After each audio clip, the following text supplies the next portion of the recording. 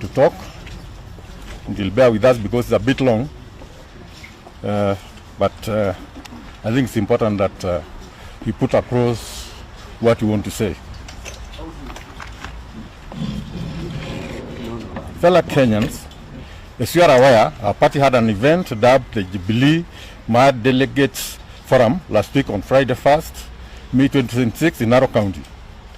A significant engagement that brought together grassroots leadership, community voices, and party structures in a candid reflection on the state of our nation and the future of our politics.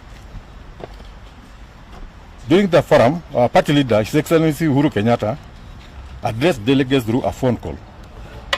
What was intended as a moment of connection, guidance, and reflection has since been deliberately distorted into a political spectacle.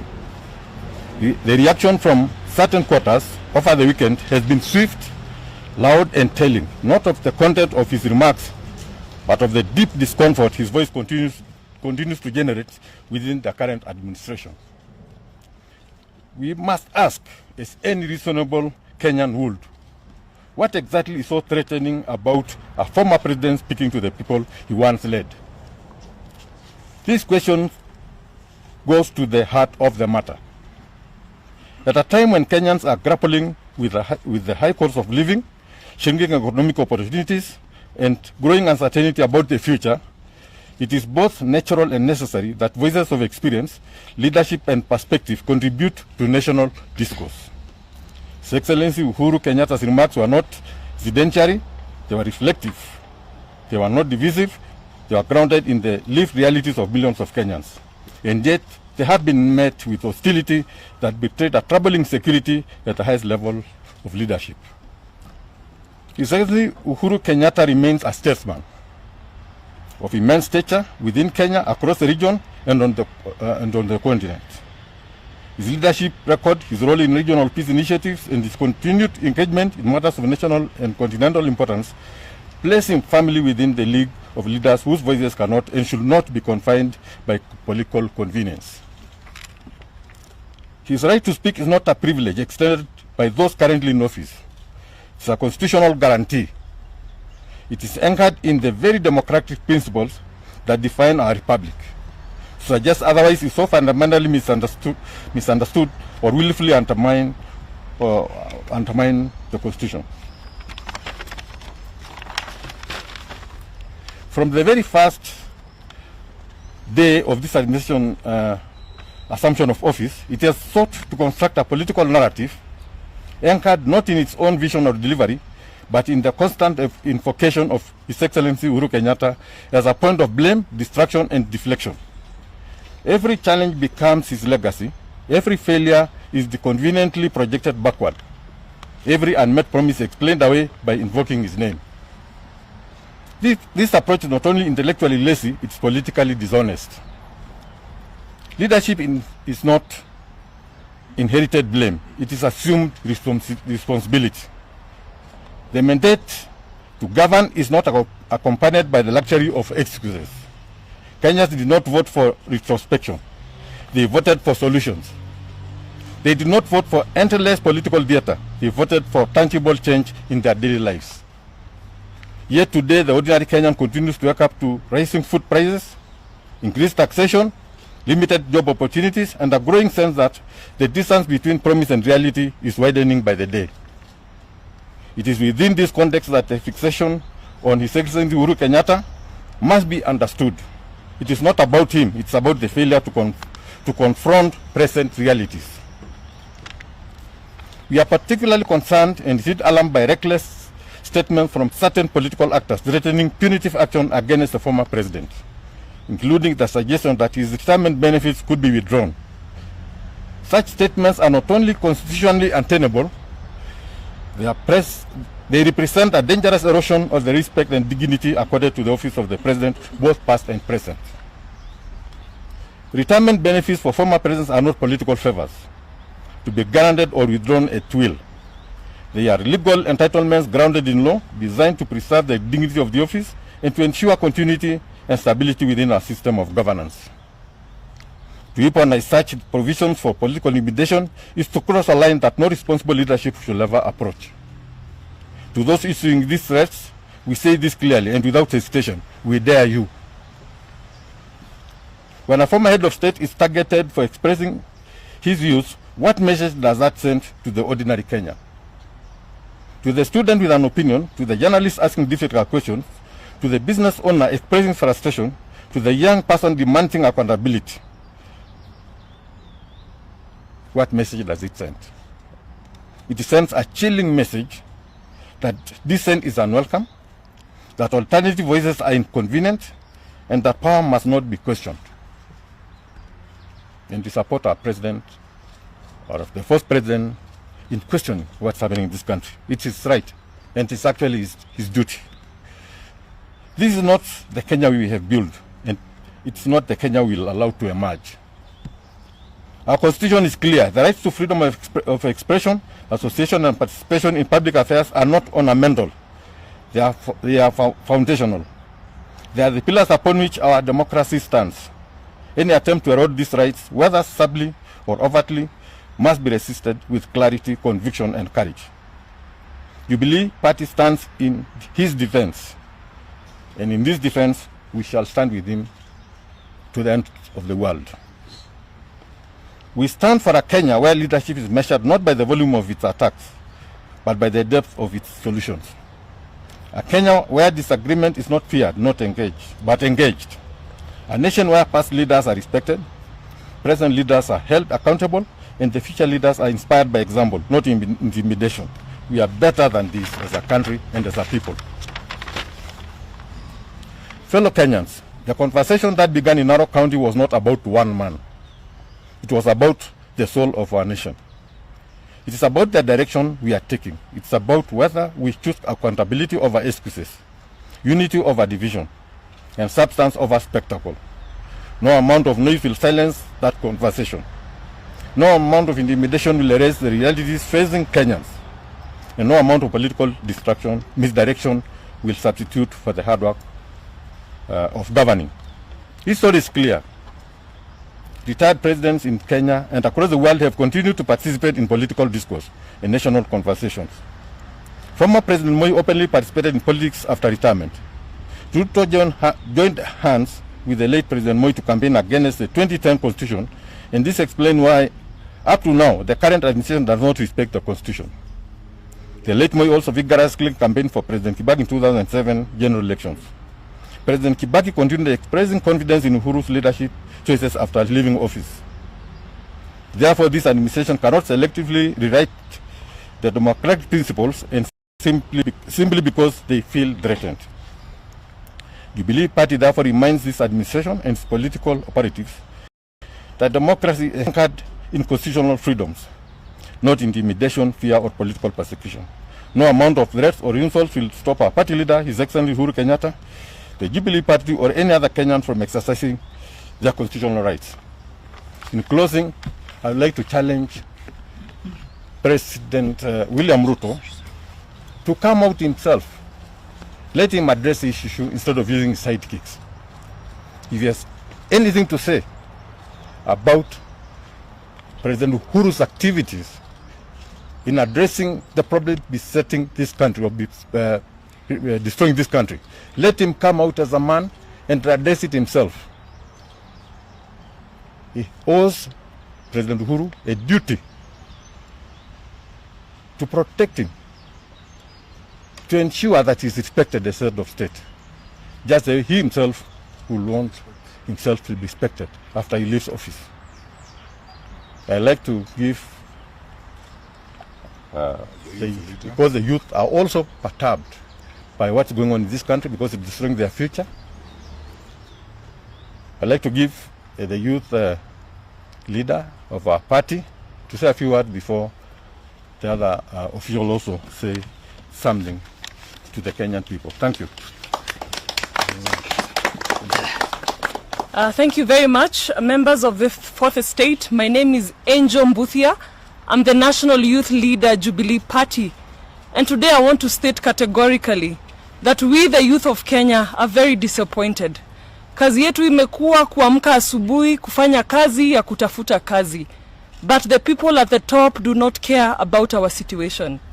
Uhuru Kenyatta is not an enemy. When Uhuru Kenyatta was in office, he spent 90 billion in his 2 terms. The man at the top today has already spent 89 billion in only 3 years. What does that tell us? Very soon, now that they have allocated 17 billion to the budget of the office of the president, that means even the oncology department will now be moving to Gate D. Dialysis is going to move to Gate D. Training of teachers is going to move to Gate D. Vijana mkikosa kazi mnaenda Gate D, mnafanya applications pale. Because this is an abortion of our constitution, and it is absolutely wrong to what this rogue regime is doing.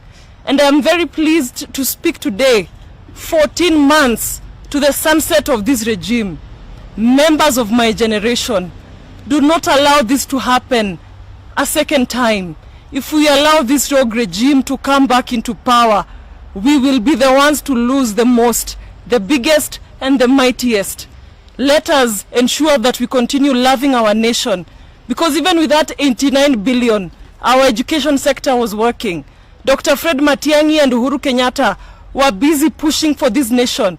Even when there was a global pandemic, 89 billion was enough to take care of us for 2 terms. Members of my generation, please do not sleep. Let us wake up from that slumber of political menace. We need to send these people home. Hii ni system ya majambazi. Hii ni system inachukia vijana na vyama vya kisiasa. Tusikubali na tusitishwe na tusiogope. Asante sana.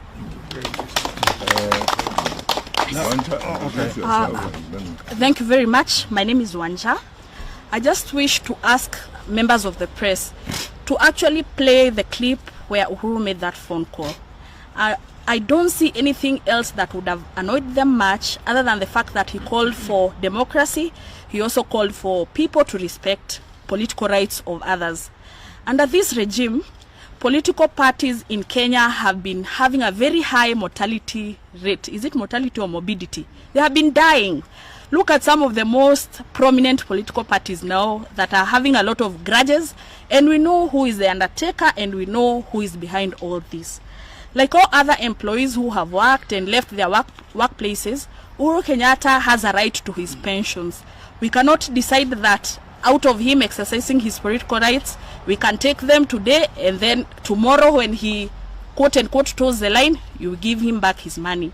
And lastly, yesterday in the evening, one of the most prominent governors who was elected under the ruling party did not speak much, but he said that if he's going to vie again, he will not, he emphasized not, vie with this current political party. One would ask, why would such a prominent governor say that to the whole public?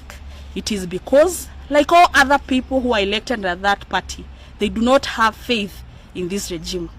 Therefore, the president, his agents, should focus on the real issues. We are talking about capitation, we are talking about money to the governors, we are talking about employment. The last thing that should bother them for a whole weekend is Uhuru's phone call to his supporters. Asante. That's Wanja, our leader of people living with disabilities in Jubilee Party. And she was speaking on behalf of people living with disabilities. We will conclude this press conference by in addition to what we have presented in our statement, by saying this. And after this, ladies and gentlemen of the press, we will take 1 or 2 questions.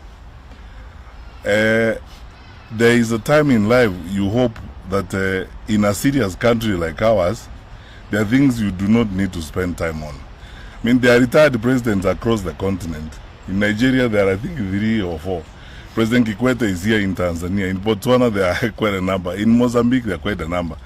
You know, the kind of pettiness that we have seen this weekend and primitivity in addressing the retired president is shocking. We chose democracy. We know that our current president and his team did not support this constitution, but they swore to protect it. And it provides an opportunity for all of us to respect freedom of expression and freedom of association. Our party leader is going nowhere, and our party leader will continue to express himself. It is his constitutional right. In fact, you can go ahead and do what you please, because the kind of behavior we have seen from elected leaders is shocking. We must uphold the decency of difference, that we can have differences, but we can be decent about it. Even the language that is being used by some of these leaders in reference to President Kenyatta is shocking. Even we ourselves as members of Jubilee, and we have said this before, and maybe because we are a party that has governed, we will not even allow and encourage our members to use that kind of language against President William Ruto, because it's indecent, it's unbecoming. We're going to build a decent society, and a society that upholds truly the principles of democracy and decency. The retired president makes one phone call, and the government screams the whole weekend.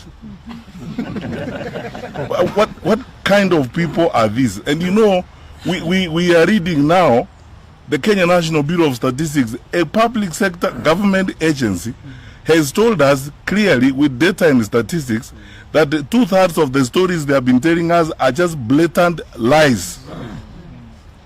On a weekend when senior members of your party are announcing that they will not defend their seats on your party's ticket, when it is clearly displayed to the world that you are a sinking ship, would you be spending your time insulting your predecessors? It's amazing. We want to ask these brothers and sisters of ours in government, there's work to be done, a lot of work to be done. Let's focus on that work and build our country. President Kenyatta is retired, he is a member of Jubilee, he is going to be a member of Jubilee, and is playing his role as a member and the leader of Jubilee. Leave him alone. Let him carry on with his businesses. You have a country to run, you have a government to run. I mean, tell us about all these goons walking around with police officers. There are places in this country, even last night people are calling me, suffering from cat rustling. People have lost animals and livestock and so on. In that particular environment, you are spending all your time insulting the retired president. And those elected leaders, I want to ask them, sisi tunawaheshimu, we are not going to walk down that hole of behaving like Precambrian people, insulting others for no apparent reason. Tutawaheshimu, hatuwezi kuwatusi, lakini tafadhali, let's build a modern country. Kenya is a serious country. When you see the kind of arguments we're having, it's a joke. What is going to happen when we have 2 or 3 or 4 retired presidents? How many are there in Nigeria? Retired presidents who are going about their businesses. In the US, in the UK, there are 6 prime ministers who have left office, who go to BBC, they go wherever, there are programs. President Clinton has been retired for I don't know how many years. He attends the Democratic Party convention every year. President Obama, the same thing. They campaign for their candidates. And the world has not come to an end. Then in Kenya, some people whose world view is essentially a village view. They are now busy insulting President Kenyatta for just making a phone call. 2 last points. My fellow Kenyans, when you see this language and you see these people talking like this, you must be asking yourself the question that I'm asking myself. Do you want another 5 years of this arrogance and self-destructive hubris? Another 5 years of that? No way. Is that how we are going to live? I mean, where a retired president makes a statement and is insulted the whole weekend? What are we telling our children? What are we telling our young people? That is the kind of country we want to have? Sasa sisi kama Jubilee, kiongozi wa chama chetu ako kwa ofisi halali, ndio kiongozi wa chama chetu, tutakuwa na yeye, atakuwa mwanachama wa Jubilee, atakuwa kiongozi wetu, na sisi wanachama tunataka aendelee kuwa kiongozi wetu mpaka wakati ule yeye mwenyewe atasema anataka kufanya mambo mengine. Tafadhali fanyeni kazi yenu, jipange na mambo mengi yenu huko.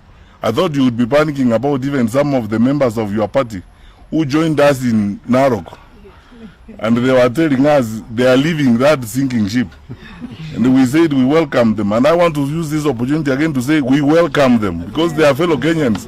Tunawakaribisha. twende mbele, because you know, who can tell you more about an institution than those who are inside, who are fleeing it.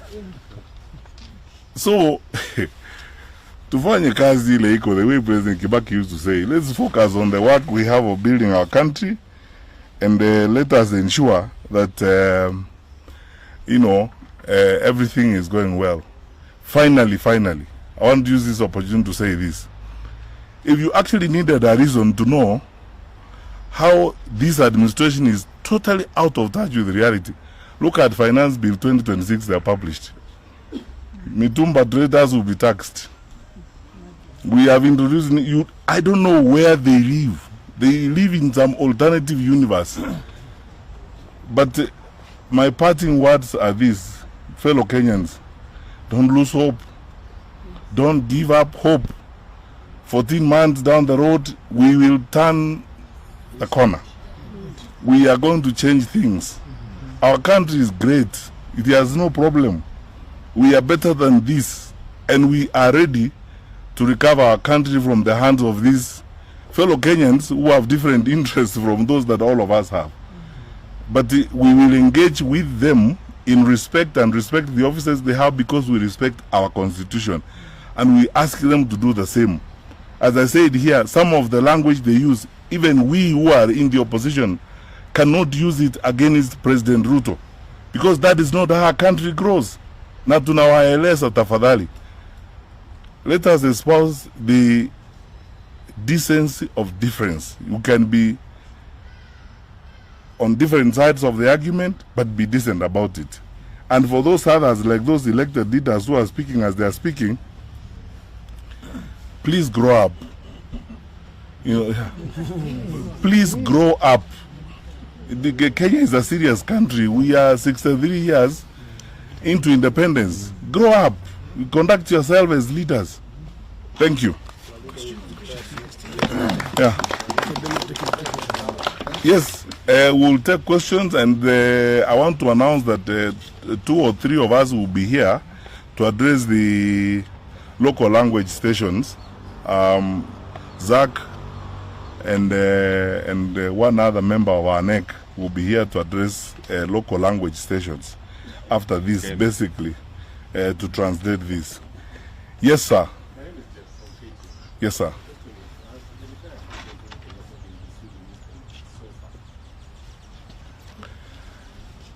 The president has been receiving some of his benefits, and his treatment, I mean, I must say here, it's just that President Kenyatta is a gentleman. There are some things that we have not been hoping to drum up and play up. Because as somebody who served in government at a senior level, I am shocked. You know, handling a retired president is the easiest thing on this earth. For any government to do, the easiest thing on this earth.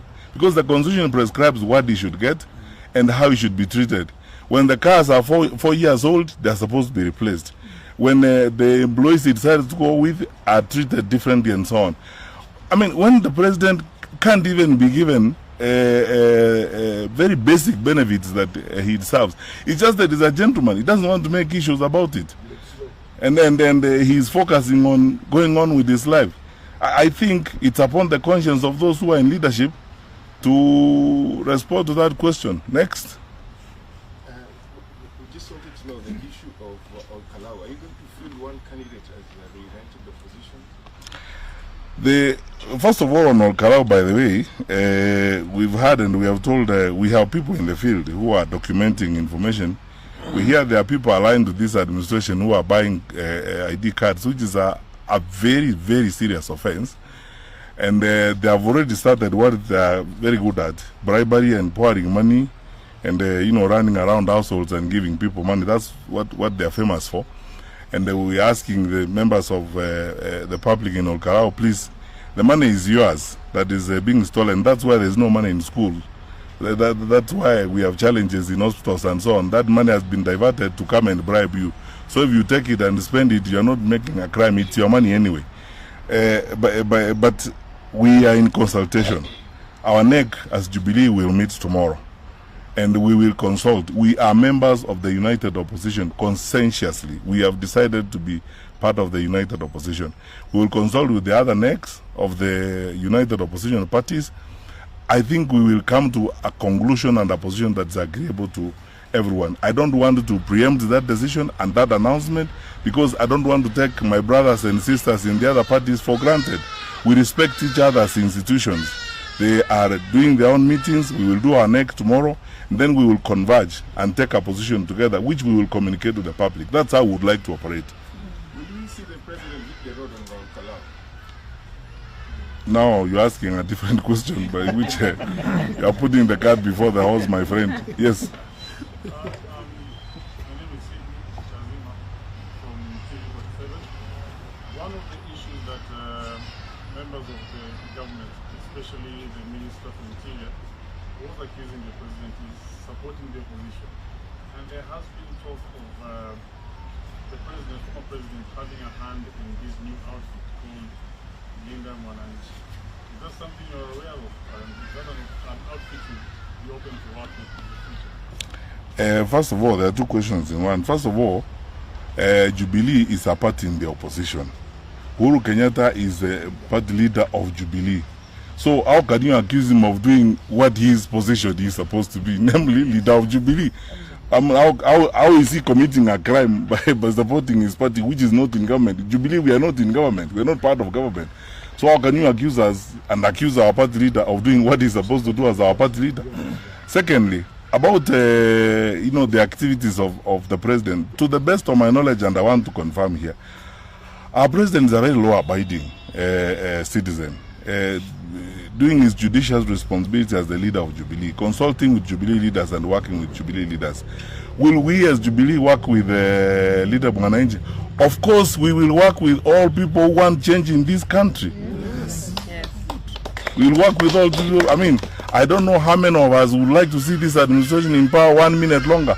We will work with everybody who's in that particular mold. And then Linda Mwananchi is very much in that particular arrangement. We will work together. Next. Emmanuel.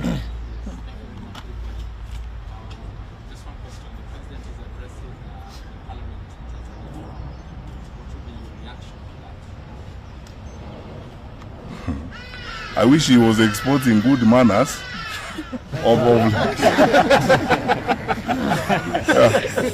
I wish he was exporting good manners there of respecting the retired president and respecting democratic institutions. And at least for once, I hope he will tell them the truth, because he's not very famous of telling people the truth. I hope at least when he faces the Tanzanians, he will tell them the truth about anything he would like to tell them, because he's not very famous for telling people the truth, but we wish him well. In his trip, Tanzanians are our friends. We have a chance probably to feel what we feel anyway. All right. Thank you.